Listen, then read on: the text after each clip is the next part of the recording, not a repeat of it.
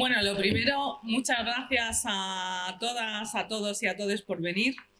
Es un honor compartir esta charla con vosotros y con vosotras, evidentemente. Hay una parte de esta charla que es muy política, ¿no? Ahora que dicen que esto de la política no hay que hablarlo, ¿no? Y es cómo nos desenvolvemos en el mundo, y yo creo que es un melón que hay que abrir las mujeres de izquierdas en espacios que han demostrado que no son seguros, ¿no? No puede recaer ahora la responsabilidad de la defensa del feminismo dentro de los partidos única y exclusivamente sobre las mujeres que militamos en ellos, ¿no? Yo creo que caiga quien tenga que caer, no tenemos ningún problema, pero que hay una cuestión fundamental, que es que quien ha llevado a que existan espacios seguros para que las mujeres puedan hablar, independientemente de si denuncian, de si quieren identificar a su agresor, de si no quieran hacerlo, es el feminismo, compañeras, el feminismo. El feminismo salva. Yo solamente quería hacer hincapié en una cuestión que yo creo que estamos visualizando últimamente con mucha fuerza, que es que las mujeres hemos normalizado la violencia. Y hemos normalizado la violencia sobre nuestros propios cuerpos. Las hemos normalizado en el sentido en el que podemos decir que no las identificábamos correctamente. Es decir, cuando nos hacían chantajes, cuando evidentemente hay un grado de violencia que es el más evidente, que es el físico, pero hay un tipo de violencia psicológica, hay un tipo de maltrato que nos anula, hay un tipo de violencia contra las mujeres que siempre ha subyugado, ¿no? Y que el feminismo nos está ayudando a superar. Yo quiero darle las gracias de forma muy contundente a Ana, que es nuestra compañera, que nos va a contar, yo creo que algo que es necesario, ¿no? Que es su propia experiencia y que nos la va a contar y que la podemos escuchar desde una perspectiva que debe ser muy respetuosa, pero a la vez debe ser muy ruidosa, porque dar estos pasos tan valientes y mostrarse frente a violencias que todas hemos sufrido en muchos ámbitos y contarlo, creo que es uno de los pasos que entiendo que pueden resultar sanadores. Yo no quiero ocupar más espacio aquí. Nos acompaña Bárbara Tardón Recio, una de las mayores expertas en violencia sexual y derechos humanos de este país, que luego nos va a acompañar, yo creo que desde una perspectiva mucho más educativa. Estamos aquí contigo el tiempo que haga falta.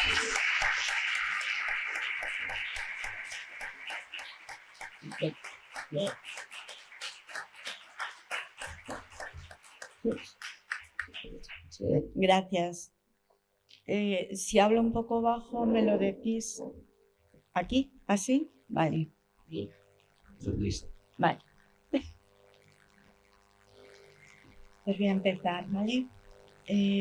Lo que os voy a contar no lo sabe nadie, vamos, casi nadie, solo los más allegados. Lo cuento ahora porque siento que llevo dentro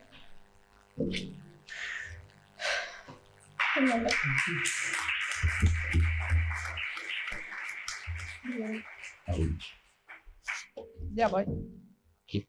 Venga. Bueno, siento que llevo dentro un secreto culpable que cada vez pesa más. Y sí, es mi secreto, pero no es mi culpa. Hoy quiero que también deje de ser mi secreto y por ello lo voy a compartir con vosotras. Si mi testimonio sirve para ayudar a alguien que esté en una situación parecida a la mía, habrá merecido la pena. Lo siento, ¿eh? No tienes más de sentido. Tenemos toda la noche. Aquí sí. Noche, un día. Cuando llevábamos un tiempo preparando este acto, tuve muchas dudas. No porque no quisiera contarlo, sino por si iba a ser capaz de hacerlo por la carga emocional que me supone. Cuando lo tuve claro, lo escribí a modo de guión, pero he pensado que es mejor que os lo lea. Así no me pierdo. Me violaron cuando tenía 20 años, en un centro comercial donde tenía una tienda en la calle Princesa. Cuando cerré la tienda, fui al lavabo. Al abrir la puerta de la cabina, recibí un fuerte empujón y se cerró la puerta. De repente todo era oscuridad y confusión. Había alguien allí dentro conmigo que me apretaba contra la pared. Sentí un cuchillo en la garganta y me dijo que si me movía o gritaba, me mataría. Me pinchó en el cuello y me hizo una pequeña herida. Yo en el costado al cogerme la camisa. Me quedé paralizada, sentí miedo y humillación. Sentir lo que aquel desgraciado me estaba haciendo me anuló por completo. No podía pensar ni moverme, solo creía que me iba a matar. No sé el tiempo que pasó. Cuando todo terminó, me cogió de la nuca y me estampó contra la pared. Lo siguiente que recuerdo es estar en el suelo y a una chica intentando levantarme. El siguiente trago fue contárselo a mi familia. Os aseguro que fue terrible. Me sentía culpable por no haberme defendido. Por no haber podido hacer nada.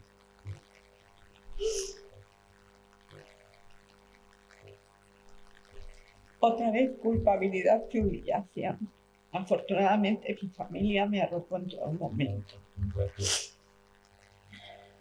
Fui con mi madre a denunciarlo a la comisaría de Ventas. Y allí, humillación con mayúsculas. Conté lo que me pasó a los 3 policías que había. No me creyeron.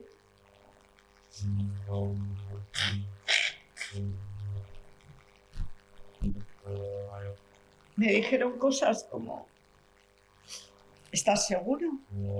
¿Llevabas esa ropa? ¿Hiciste algo que provocase esa situación? ¿Cómo va a pasar eso en un centro comercial si hay vigilantes? Las miradas y gestos entre ellos de incredulidad hicieron que me marchara sin poner la denuncia. No pude soportar aquello. Estaba destrozada. Me sentía tan mal que quería hacerme chiquitita y que nadie me viera. A la mañana siguiente no sabía cómo seguir con mi día a día. Aparentemente todo era igual, pero no. Había cosas en mí nuevas.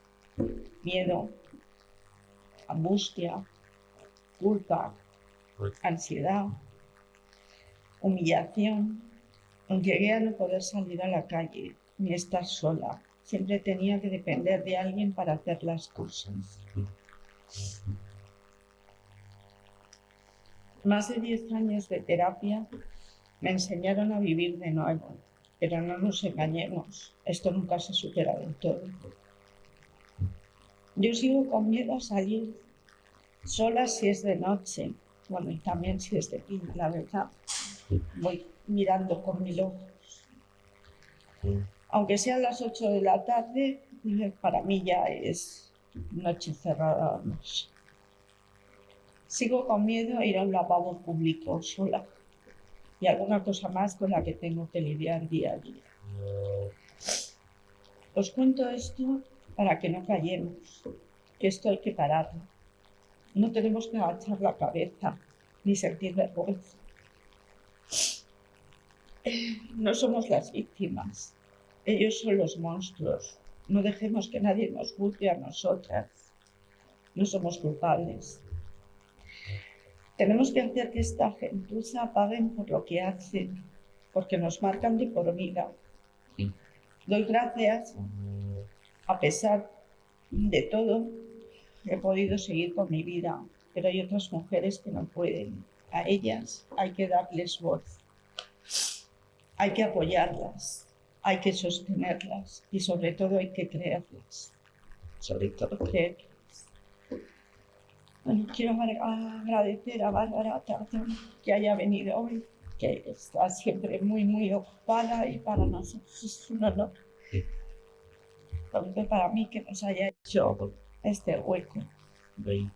A Rocío Val, que me ha sostenido la mano durante todo este tiempo de preparación y ahora a mis compañeras y compañeros del Círculo de Podemos Rivas que han estado ahí todo el tiempo conmigo, a mi familia, amigas y amigos que han venido a apoyarme y, bueno, y especialmente a Javier, mi marido, que ese día, el día que me violaron, estaba allí, esperándome en la cafetería. Y alguien muy allegado me dijo: no te extrañes que este chico no vuelva a llamarte después de lo que te ha pasado. Y no solo me llamó, sino que aún sigue conmigo. Y pues, por supuesto, agradeceros a todas y a todos los que habéis venido a escuchar mi testimonio. Gracias.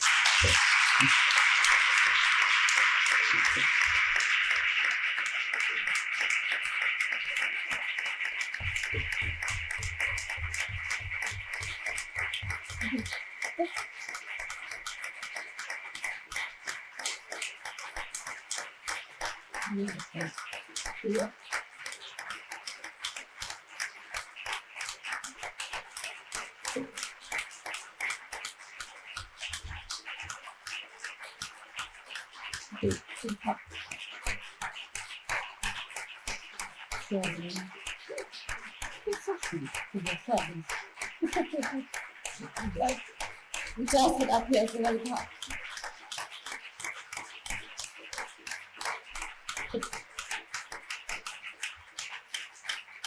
Gracias a vosotros por haberme escuchado.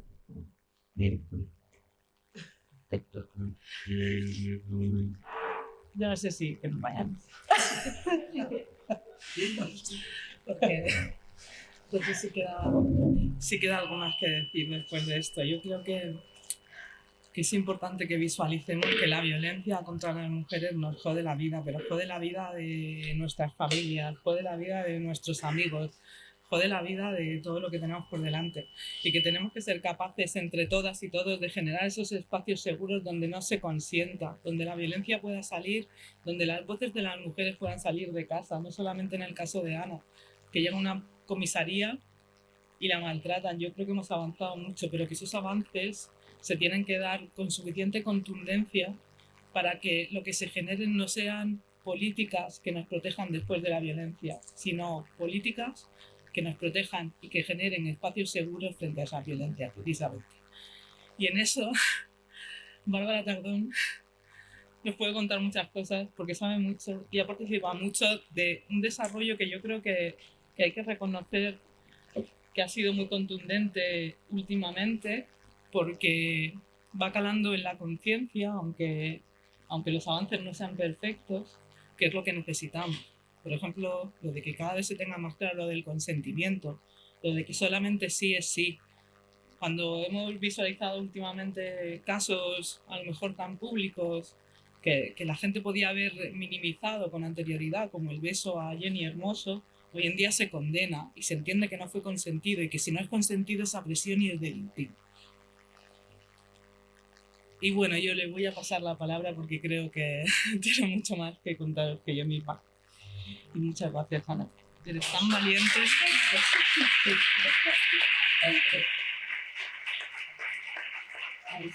Gracias. Muchas gracias, de verdad.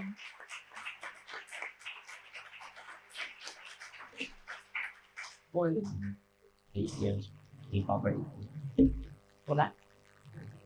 Bueno, compañeras y compañeros, muchísimas gracias por acercaros hoy aquí. Lo primero, quiero decir que aunque esté va a dar en mi vida, tener un espacio aquí contigo es un privilegio en mi biografía y en mi trayectoria. Que quede clarísimo. Para mí es un privilegio. Ocupada estaba cuando estábamos en el Ministerio de Igualdad, que nos daban palos por todos lados y no podíamos ayudar. Pero desde luego estar aquí con vosotras y con vosotros, pero contigo, para mí es un privilegio en mi vida, como profesional, como activista y como mujer y como feminista. Esto que quede claro.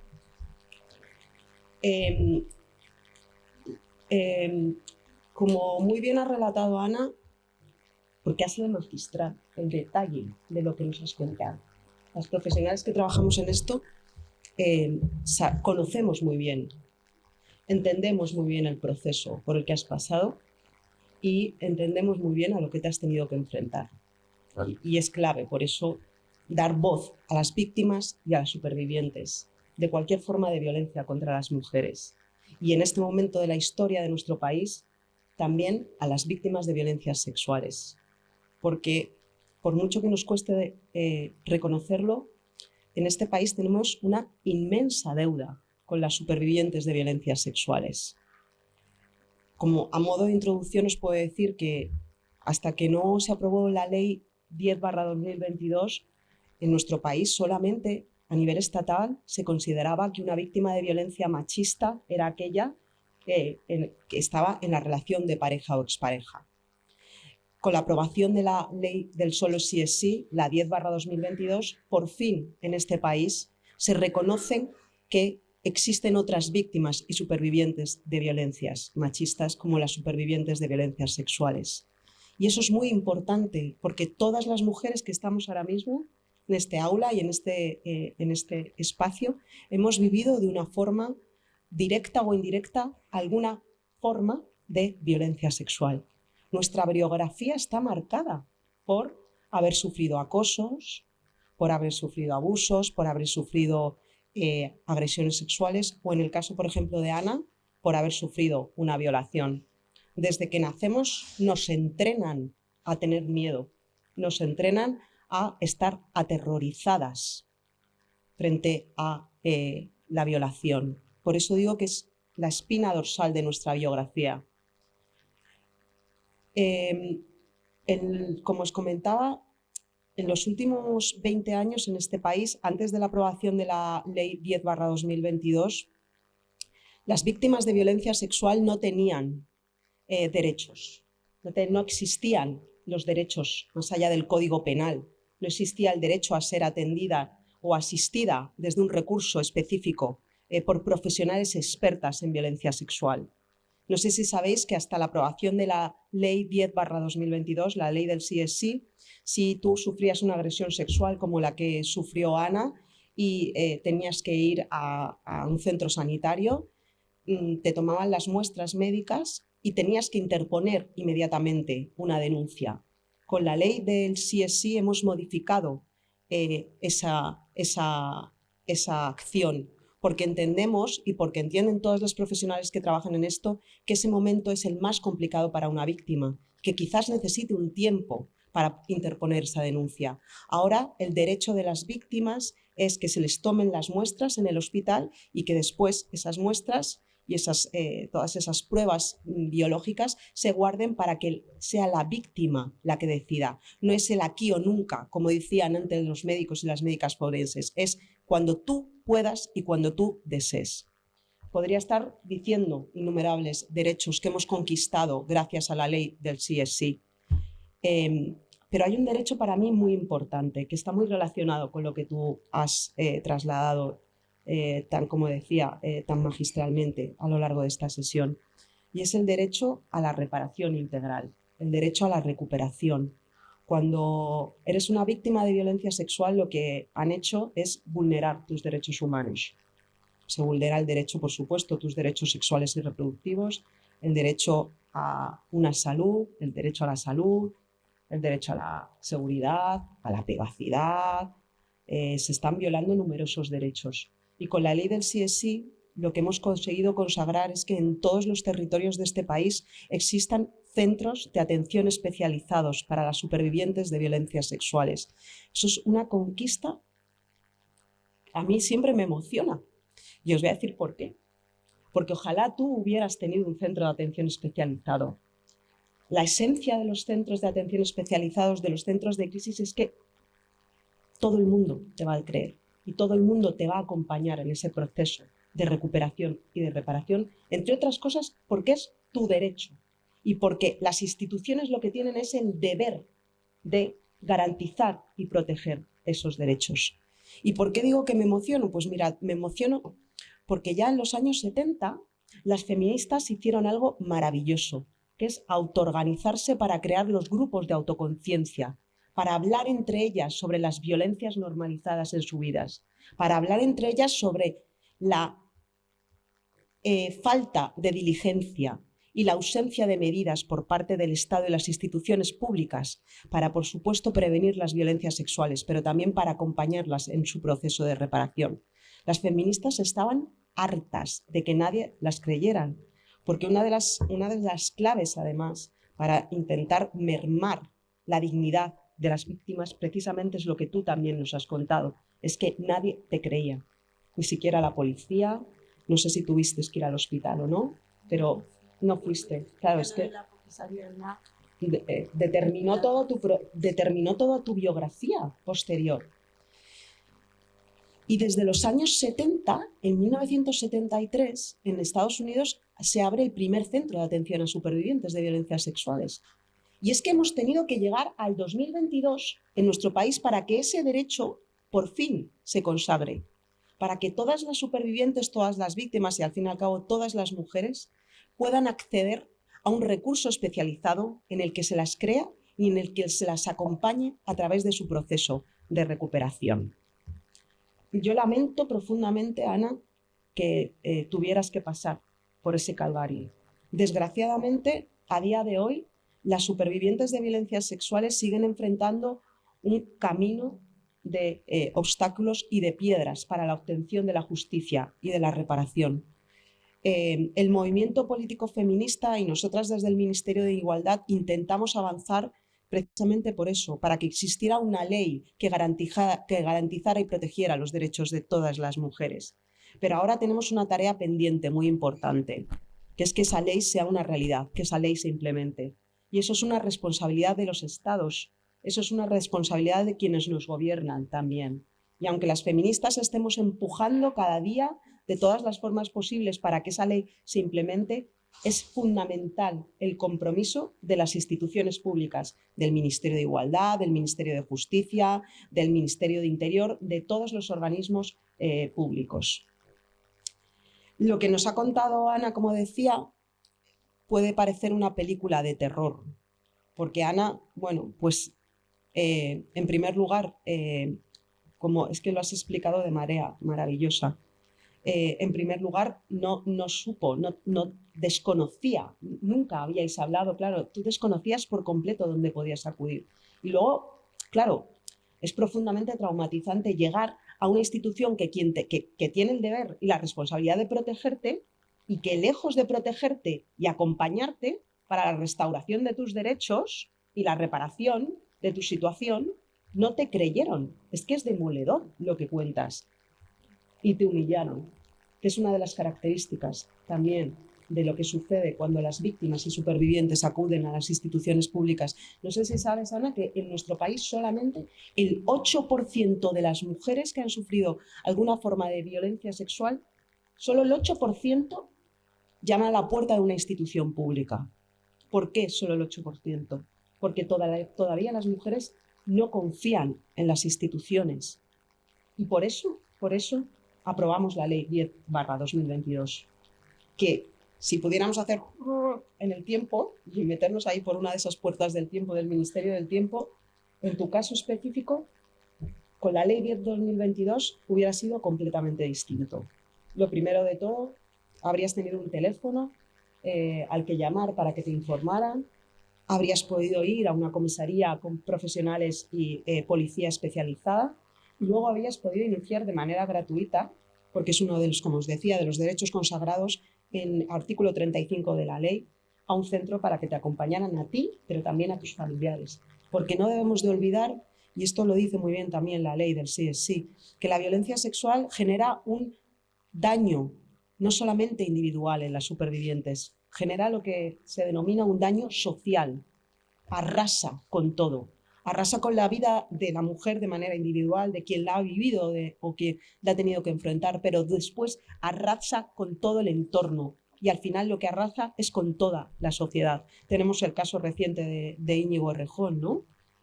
Lo que ha sucedido y lo que estamos viendo, que ha implicado, porque más allá de ese caso individual, de esa chica que ha sido valiente y ha podido denunciar, bueno, el camino, el dolor que entraña tener en las filas de la izquierda a tipos, bueno, pues que hasta que una víctima no consigue llamar a una puerta para pedir ayuda, no reconocen el inmenso y profundo daño que ha hecho a esa mujer, pero también a todo su entorno. Con la Ley 10/2022 también se garantiza el derecho a que las víctimas y a que sus acompañantes, sus familias, sus amigos puedan ser también acompañados en ese proceso, porque, claro, como llevamos tantos años, como la violencia sexual es un tabú, precisamente es un tabú porque es una forma disciplinante de controlar nuestros cuerpos y nuestras vidas, tampoco los familiares conocen, los amigos, las amistades, conocen cómo acompañar a las supervivientes. El artículo 35 de la ley establece ese acompañamiento también especializado para las familias, para las amigas y para los entornos. Y bueno, podría estar aquí un rato larguísimo contándoos una chapa sobre la ley, pero sí que quiero terminar con algo importante. La ley trasciende, por supuesto, la importancia de garantizar y proteger derechos. La ley es un cambio de paradigma cultural y social.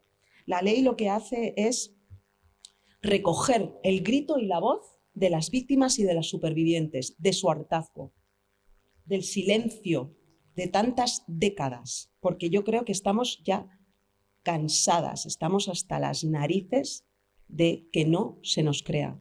Por eso, en el centro de esta ley se habla del consentimiento y se habla del yo sí te creo. Por eso pasamos del no es no, de la cultura del sometimiento a una cultura del consentimiento.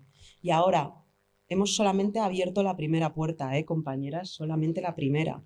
Ahora tenemos que pelear porque la reacción machista, patriarcal, reaccionaria, ultraderechista se viene fuerte. No soportan que conquistemos derechos. Mirad, nosotras en el Ministerio lo vivimos en el minuto 1. Qué casualidad todo lo que sucedió con la aprobación de la ley, con todas las barbaridades, vulneraciones de derechos que se suceden en el día a día en nuestro país. Y como digo yo, con la violencia sexual nos hemos topado. Así que yo solamente, Ana, vuelvo a repetir, te animo a que sigas contando desde el lugar en el que más cómoda te sientas tu experiencia para acompañar a otras supervivientes y a muchas mujeres a que podamos abrir esas puertas para que lo que te pasó a ti no le vuelva a pasar a ninguna mujer nunca más. Así que, de verdad, de todo corazón, te agradezco muchísimo que hayáis venido y que me hayas... Porque yo me siento acompañada por ti en este espacio, y por supuesto con Rocío. Muchas gracias a todas y todos.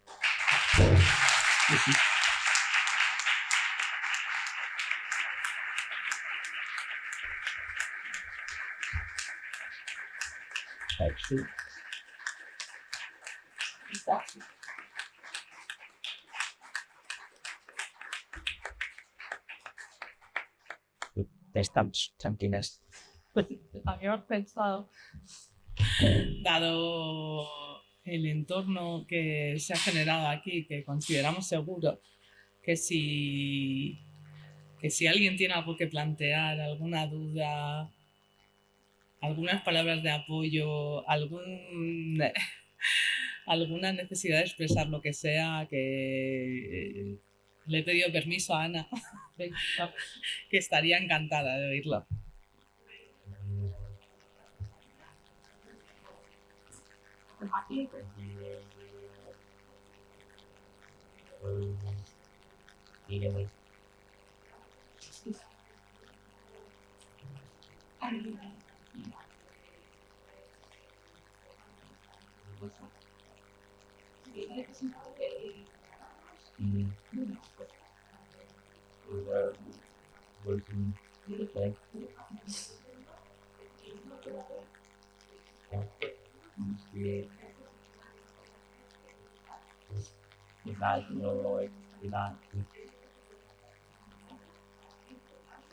bajará por el pecho.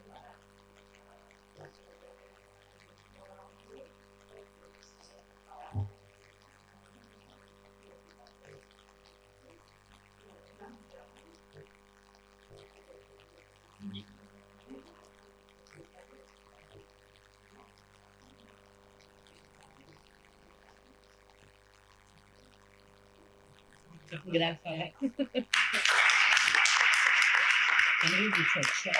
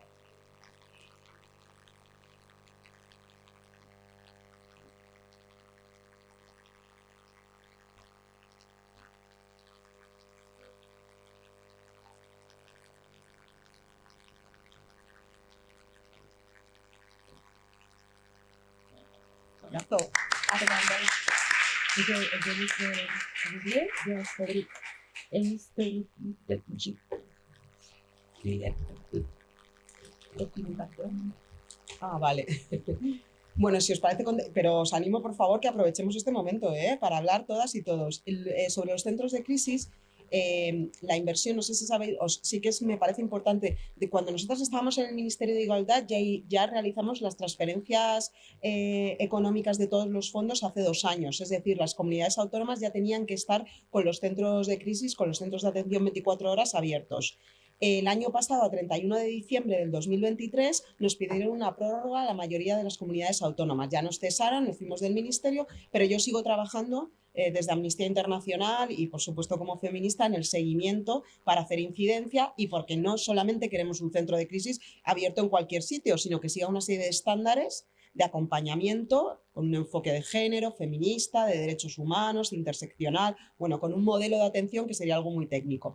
A día de hoy, se está avanzando. Hay más de 2 centros de crisis. Aproximadamente los últimos datos que yo tengo son 8 centros de crisis. Yo, por ejemplo, yo conozco el Centro de Crisis de Madrid, que funciona bastante bien y que os lo recomiendo, la verdad, porque lo bueno de los centros de crisis es que son profesionales expertas, que es lo que tú no tuviste en tu día, que entiende precisamente cómo es el proceso de recuperación tras haber sufrido una agresión sexual, que además no es lo mismo cómo se recupera una víctima, por ejemplo, que ha sufrido una agresión sexual a manos de un desconocido, que una víctima que ha sufrido una agresión sexual, por ejemplo, pues por parte de su hermano, por parte de alguien conocido. Bueno, las terapias son diferentes y tú te tienes que adaptar también a esos contextos. Por eso son tan importantes los centros de atención. Y como decía, que me enrollo y me meto en mi tema, que ese es el que me gusta, perdonadme, pues habrá 8 aproximadamente. Yo visité el de Pamplona, que es estupendo. La verdad es que te da como mucho orgullo llegar a esos lugares y decir, gracias a ese impulso económico, esos centros funcionan. Nosotras sabíamos, el impulso se hizo incluso antes de aprobarse la ley, porque sabíamos que o se impulsaba de alguna forma o si no, no iba a haber forma, que es lo que estamos viendo con otros derechos de la ley. Y lo que se prevé es que a finales del 31 en enero, hoy he escuchado a una subdirectora del ministerio, estén todos los de todas las comunidades. Ahora bien, yo creo que en las condiciones de calidad y de excelencia a las que aspiramos no van a estar todos. Para eso tendremos que seguir haciendo incidencia política, para que los derechos de todas las víctimas sean igual independientemente del territorio en el que hayas nacido. Que no puede ser que si te agreden sexualmente aquí en Madrid tengas unos derechos, pero siempre pues, me da pena por las compañeras gallegas, porque son majísimas, pero como te agredan en Orense no tienes ni un solo derecho, no tienes un recurso al que ir. Y ahí es donde tenemos que incidir y tenemos que presionar. Vaya chapa te he contado para hablarte de los centros de crisis. Yo os informo.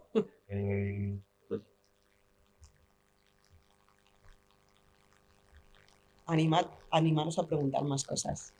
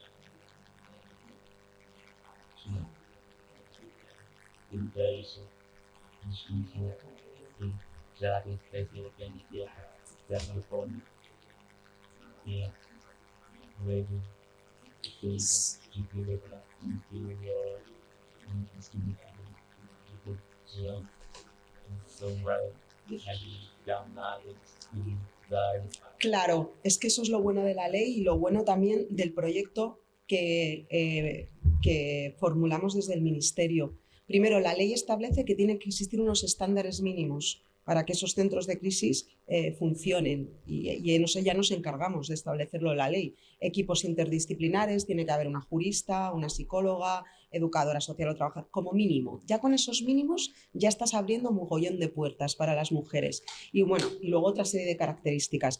La atención y la intervención especializada en las violencias son competencias autonómicas, recaen en las autonomías. A nivel estatal, lo que el Estado tiene la obligación, en este caso el Ministerio de Igualdad, es garantizar o presionar para que esos derechos se cumplan. Y lo que hicimos a nivel estatal es aprobar en un organismo, en conferencia sectorial, por mayoría de todas las comunidades autónomas, el proyecto de centros de crisis. ¿Qué significó eso? Significó que las comunidades autónomas que votaron a favor de los centros de crisis, no solamente tras recibir el dinero, al recibir el dinero implicaba que tenían que invertirlo en el proyecto y en lo que habíamos votado en conferencia sectorial. Claro, y si no, ¿qué va a pasar? Pues que tendrán que devolver el dinero quien no cumple, y entiendo que también en el contexto social y político en el que nos encontramos, yo espero que ninguna comunidad autónoma se atreva a dar lecciones a nadie nunca más sobre cómo abordar las violencias sexuales. Y creo que eso es ponerles también entre la espada y la pared, independientemente de que seas de derechas o de izquierdas, me refiero en cuanto al espacio político que esté gobernando en cada territorio. Yo creo que es que la derecha no se puede permitir no hacer recursos especializados. Y os va a parecer mentira, pero es que Madrid es que sabemos quién desgraciadamente no gobierna, en Madrid es que funcionan muy bien los recursos públicos de atención a las violencias sexuales, porque vienen arrastrados de hace años también, y porque otra antigua compañera del Ministerio de Igualdad, María Naredo, era directora general durante los 4 años que hubo de gobierno progresista en el ayuntamiento. Entonces apostaron por abrir un centro de crisis y eso abrió como la puerta a otras iniciativas, como pioneras. Y entonces hay una cosa súper llamativa, porque luego se ponen, y a mí me da igual, también os lo digo, se ponen a presumir políticamente en todas las comunidades autónomas de que están abriendo sus centros de crisis. Es como... Y entonces dices, nadie se atreve a decir, esto fue el Ministerio de Igualdad, pero nosotros sabemos que eso fue el Ministerio de Igualdad, fueron las víctimas y fue el movimiento feminista, aunque ellas en las comunidades autónomas determinadas nunca lo vayan a reconocer. Creo que había por ahí al fondo una pregunta. A ver. Anita, una pregunta al fondo.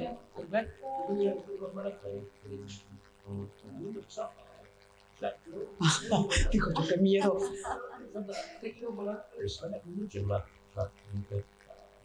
Pues organizamos aquí, si os parece, un día una charla solo de la ley y desmontamos todos los bulos que han existido para que los entendáis, porque era todo tan complicado que entiendo que es complicado entenderlo, ¿eh? Muchas gracias. Yo de todos modos sí que quiero señalar algo que para mí es muy importante, que está, bueno, no sé si lo he dicho al comienzo, estamos en un momento complicado porque quieren negar las voces de las víctimas, intentando, bueno, pues atacar iniciativas como la de Cristina Fallarás y otras iniciativas. Y no hay nada más terrible que negar la voz, ¿no? Es una forma devastadora de tortura. Por eso este espacio en donde tú expresas a través de tu voz y de tu experiencia es tan importante, y por eso creo que también es necesario que sigamos apoyando todas las iniciativas que haya para que las supervivientes, las víctimas puedan romper su silencio. Y como siempre digo, que lo aprendo de una amiga mía que es trabajadora social, todas las puertas de entrada son igual de dignas. Nosotras somos las que tenemos que decidir a qué puerta llamar. No nos tiene que decir nadie dónde debemos llamar. Para algunas mujeres es el sistema judicial, para otras es un centro de atención especializado, para otras es su grupo de amigas, para otras es su círculo. Todas debemos de abrir la puerta que deseamos y todas las puertas son igual de dignas. Y eso sí que me parece importante que en este momento lo recalquemos, porque la reacción machista lo que está intentando precisamente es silenciar las voces. Por eso es muy transgresor que estés aquí hoy, que lo sepas. Sí.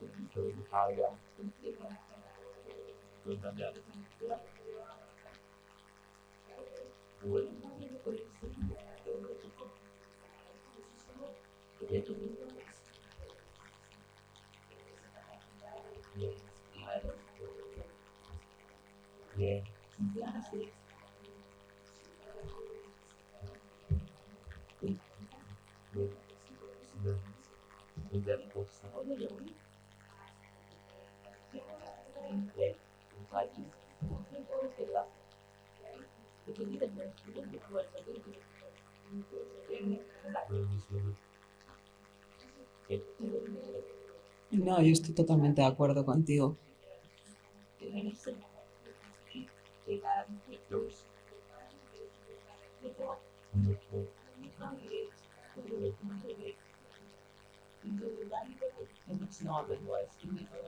Totalmente.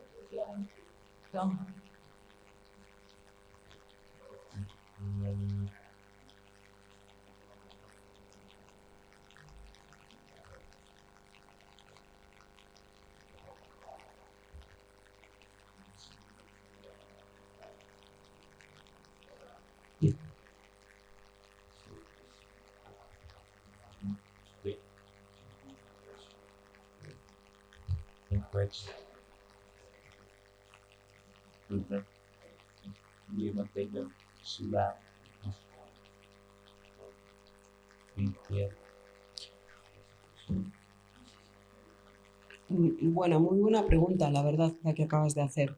Porque en nuestro imaginario, en nuestros mitos y en nuestras creencias están completamente equivocados a la realidad de las denuncias y a los espacios a los que acuden las mujeres.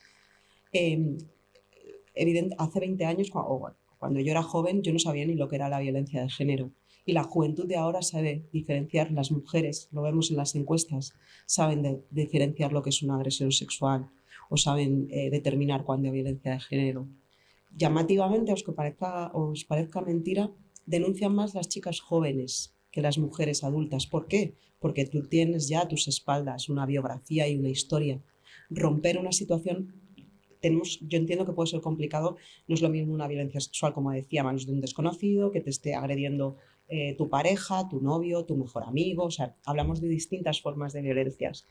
En pareja o expareja, las mujeres jóvenes son las que más denuncian, curiosamente. Pero denunciar, hablamos de denuncia penal. Otra cosa es que tú lo verbalices, lo reveles en un recurso especializado. Ahí hay una diferencia. Las mujeres más adultas, a partir pues, de los 20 y tantos, 30, sí que acuden a recursos especializados o asociaciones a hablarlo. Las jóvenes todavía no se identifican con esos lugares. Tiene todo el sentido del mundo.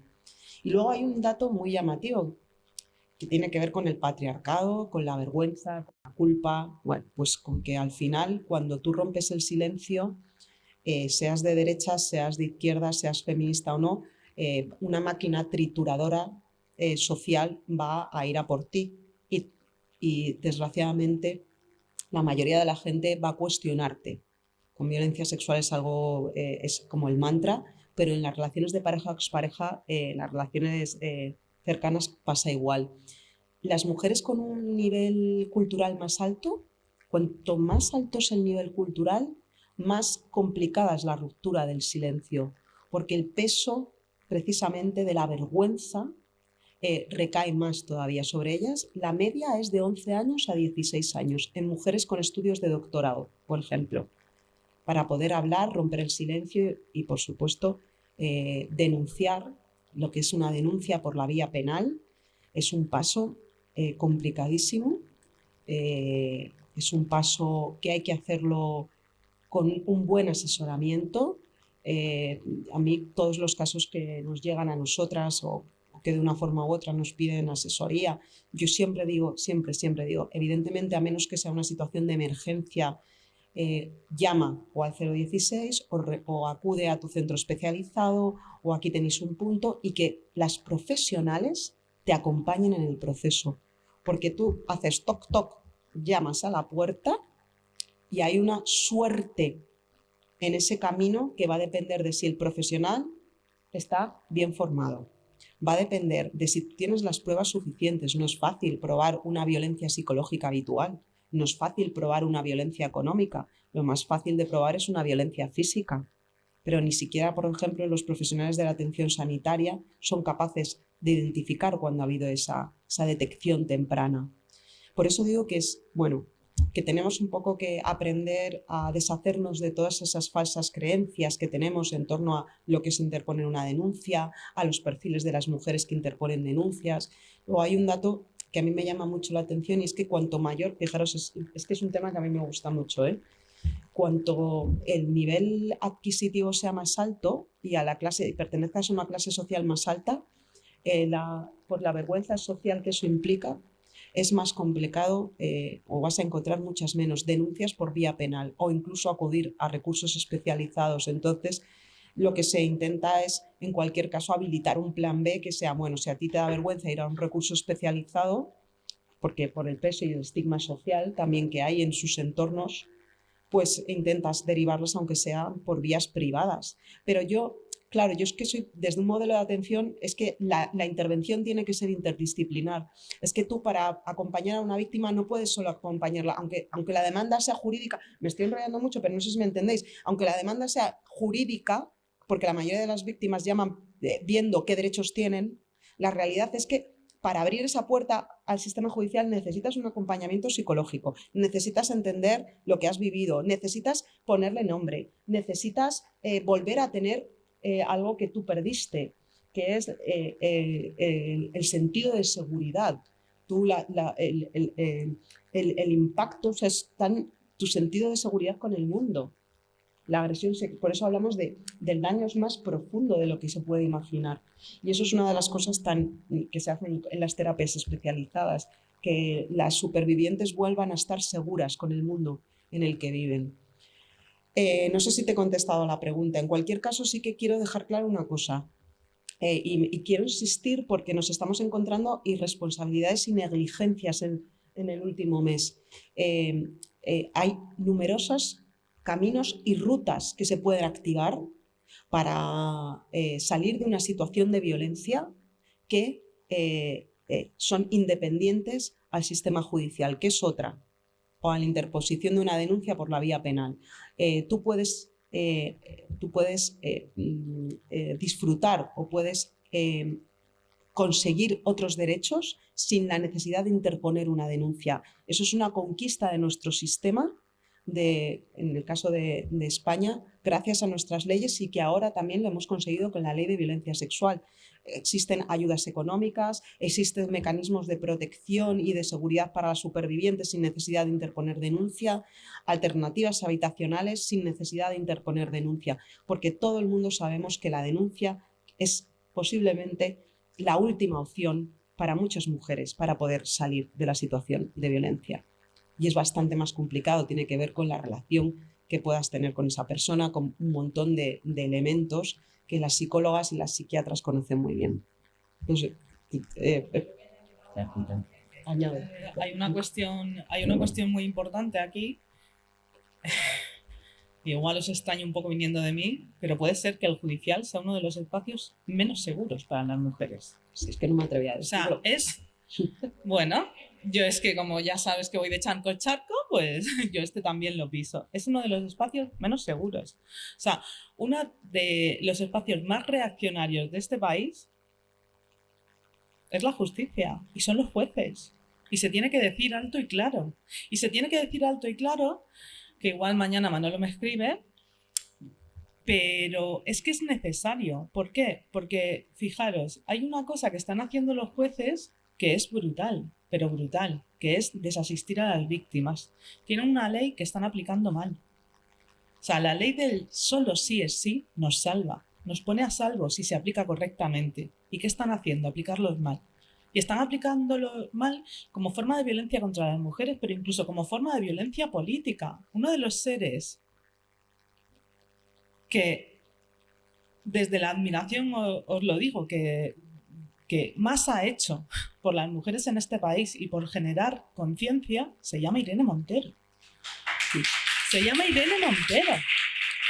Y a Irene Montero sufre violencia política y violencia judicial cada 2x3 y violencia social, porque es el punto de fijación del patriarcado, porque es mujer, porque es joven y porque es más lista que cualquiera de ellos.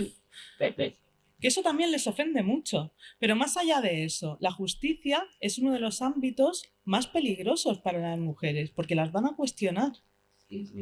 Pero porque las preguntas que se hace una mujer en un proceso de denuncia dentro de un juzgado, y si no podéis ir a ver la película de Soy Nevenka o Me llamo Nevenka, son brutales. Pero más allá de eso, los jueces están haciendo una cosa muy peligrosa a la hora de ejercer violencia política, violencia de género contra la sociedad, por decirlo de alguna manera, que es que están generando una jurisprudencia que dice, ojo, que esto es importante, que dice que meterse con los jueces tiene un añadido de maldad. ¿Por qué? Porque meterse con los jueces y llamarles, voy a poner el condicional, porque ya sabéis que voy de charco en charco, prevaricadores, que a lo mejor se me ha olvidado el condicional, pero que quiero decir que igual lo son, ¿vale? Tiene un elemento muy nocivo porque lo que estás haciendo es no cuestionarles como jueces en el ejercicio de sus funciones, sino cuestionar el propio sistema judicial. Y yo os pregunto, a la contra, ¿y cuestionar a las mujeres? ¿No es ponerlas en peligro? ¿Y cuestionar o investigar a partidos políticos, como nos ha pasado a nosotras y a nuestras dirigentes, sin ninguna base jurídica, no es cuestionar la democracia? Bien, pues yo entiendo perfectamente que las mujeres a uno de los últimos sitios que quieran recurrir sea a ese antro de señores con toga. Lo entiendo perfectamente.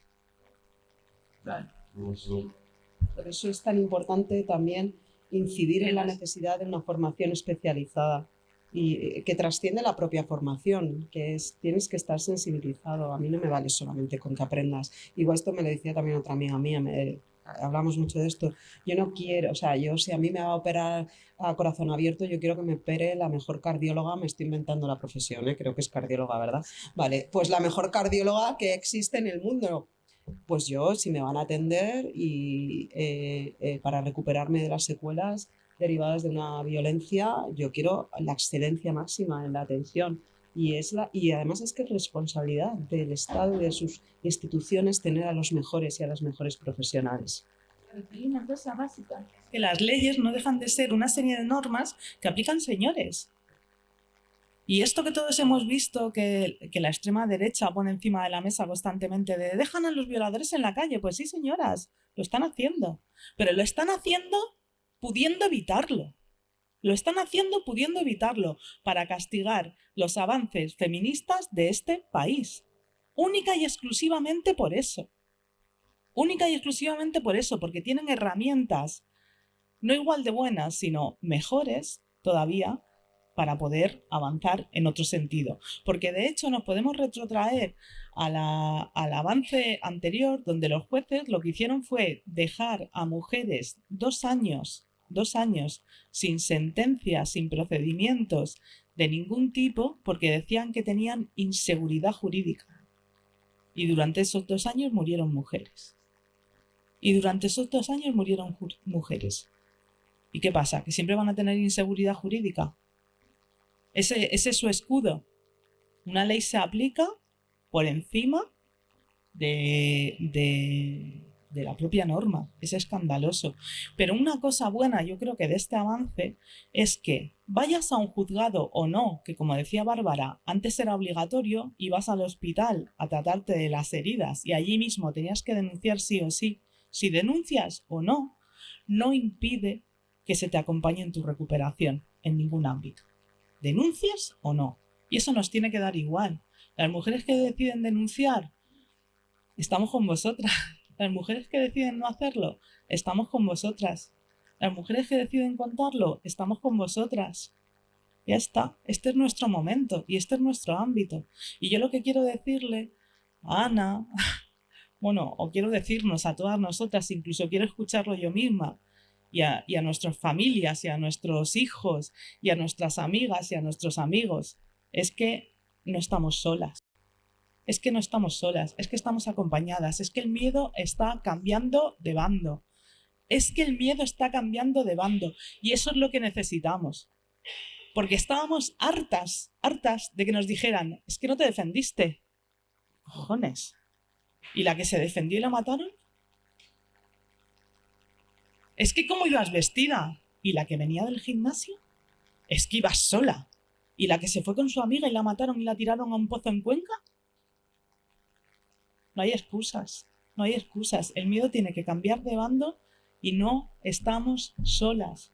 Ni nosotras, ni nuestras familias, ni nuestras amigas, ni nuestros hijos, ni nuestras hijas. Queremos un país libre donde las mujeres podamos circular libremente.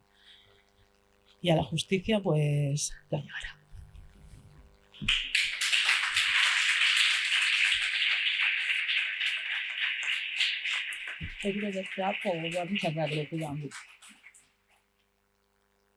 A ver, ¿qué? La atención. ¿Sí? Sí, la de... No, yo quería decir, referente a esto, que sí que se escucha mucho. Yo lo he escuchado, no por parte de mi familia, vaya por delante, ni de mis amigas o amigas, pero sí de gente que, bueno, no era tan allegada "Oh, es que no pudiste hacer nada, es que no te has defendido, es que..." Entonces, cada persona reacciona de una manera. Yo sé que, bueno, pues habrá mujeres a las que las vayan a violar y pues, puedan reaccionar y se líen a patadas o a puñetazos o lo que sea. Yo no pude, yo me quedé helada, petrificada, o sea, no es como si dentro de mí no hubiera nada. Movilidad tónica. Claro, y luego el sentir el cuchillo, el tal, yo decía, en cuanto acabe, me va a pegar una cuchillada porque para evitar precisamente que cuando él salga, saliera yo detrás.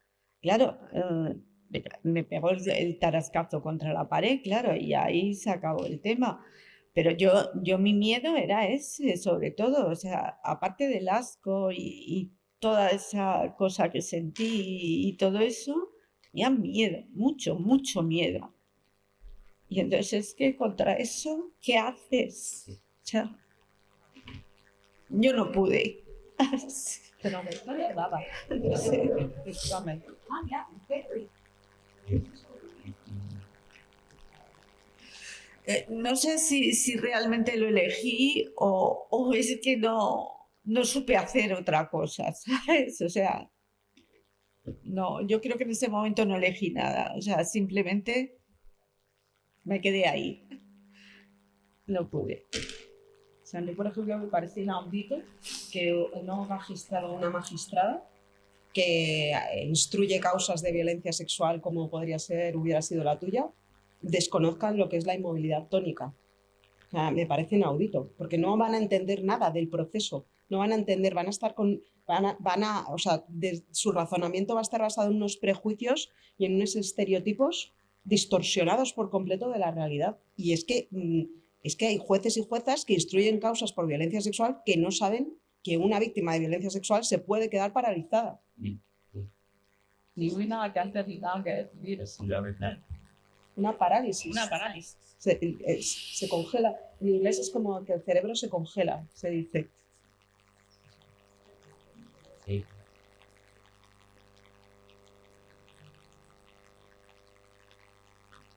Exacto, como yo digo a todo el mundo, es que de verdad que no hay que ser psicólogo, psiquiatra, para algo, a que lo habéis entendido en 2 segundos, lo que es la inmovilidad tónica. Bueno, pues esto mismo, pues por favor, que se mande un SMS a todos los magistrados y magistradas que instruyen causas de violencia sexual, para que sepan lo que es la inmovilidad tónica. Que hay víctimas que les pasa y otras que no les pasa directamente.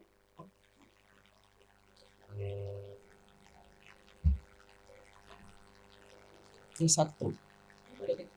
Realmente la capacidad de reaccionar, porque en ese momento no sufras ese hecho y que esa capacidad de reaccionar lo que consigas que acabe con tu vida. Es que no hay nada que justificar en una agresión.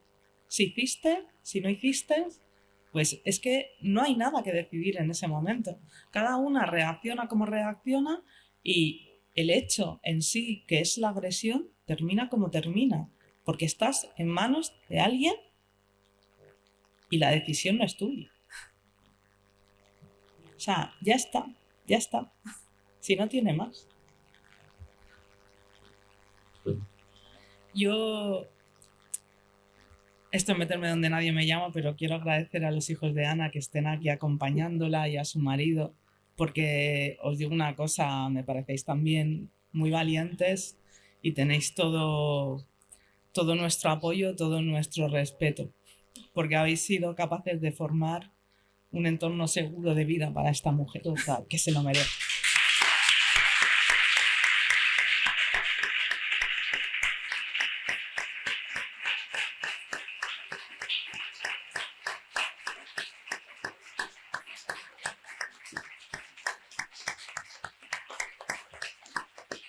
Eso. Cierra tú. Cierra tú. Bueno,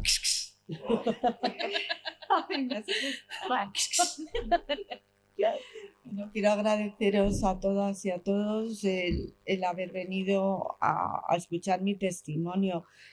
Para mí ha sido muy difícil, pero estoy muy contenta de haberlo hecho porque me siento, aunque ahora estoy todavía nerviosa. Hemos dicho que tenemos toda la noche, Ana. He sentido el apoyo de todos y sé que a partir de ahora pues me voy a encontrar mejor, que sé que hay un montón de gente que me ha entendido y que sé que me va a apoyar, y sé que ahora sé que hay unos recursos y unas cosas que, y bueno, a lo mejor para mí ya ya está un poco tarde, ¿no? El utilizarlos, pero me tranquiliza que haya esos recursos para las posibles nuevas víctimas, y que las habrá, por desgracia, y saber que ellas sí van a tener un entorno seguro, que van a poder denunciar, que van a tener una atención psicológica. Aunque yo no me quejo de la que tuve, ¿eh? Porque, bueno, sí, fueron más de 10 años y fue duro, pero bueno, me sacó adelante. El doctor Abad me sacó adelante al final. Aunque, bueno, con cosas que siguen ahí, pero bueno, algún día tal vez las supere. Y si no, pues a seguir con ellas. Pero me tranquiliza que sí, que puedan tener un acompañamiento, unas personas que sepan de lo que hablan y exactamente sepan lo que esa persona siente, y que vayan a tener ayuda. Y de verdad, si conocéis a alguien en esta situación, pues animarlas ya no a que lo cuenten, porque bueno, esto es una cosa, una decisión ya como muy personal, pero sí que a que busquen ayuda, que no lo sufran solas, y, y que bueno, que si hay alguien en su entorno que no las cree, en estos espacios las van a creer y las van a apoyar. Y es muy importante que se las crea, porque ¿quién va a querer contar una cosa así si no le ha pasado? O sea, no, yo no lo entiendo. No entiendo cómo algunas las tachan de acusaciones falsas. Es que no sé quién puede querer esto para ella, sea verdad o se lo estoy inventando, cosa que no creo. Pero bueno, que muchas gracias, de verdad. He sentido vuestro apoyo, vuestro calor, y bueno, pues bueno, pues daros las gracias, y que me siento muy afortunada de tener esta familia, estos compañeros, esta mujer tan maravillosa que he conocido hoy. Y bueno, pues Está preparada. ya está. Es que solamente el par de la tuve por todas páginas. Yo contigo donde quieras. Y gracias, de verdad. Beso enorme a todos.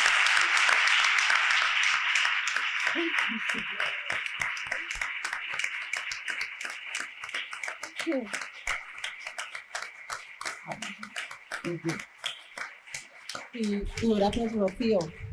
Gracias, Rocío, de verdad, de todo corazón, por empujar para este momento, que yo no lo voy a olvidar nunca, que no sepas esto.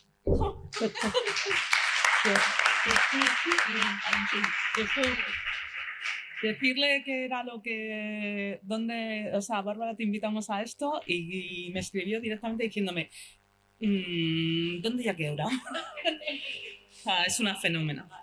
Es una fenómena. Que muchas gracias a todas, muchas gracias sobre todo a Ana. No sé, yo hoy estoy feliz de tener un entorno más seguro, chica.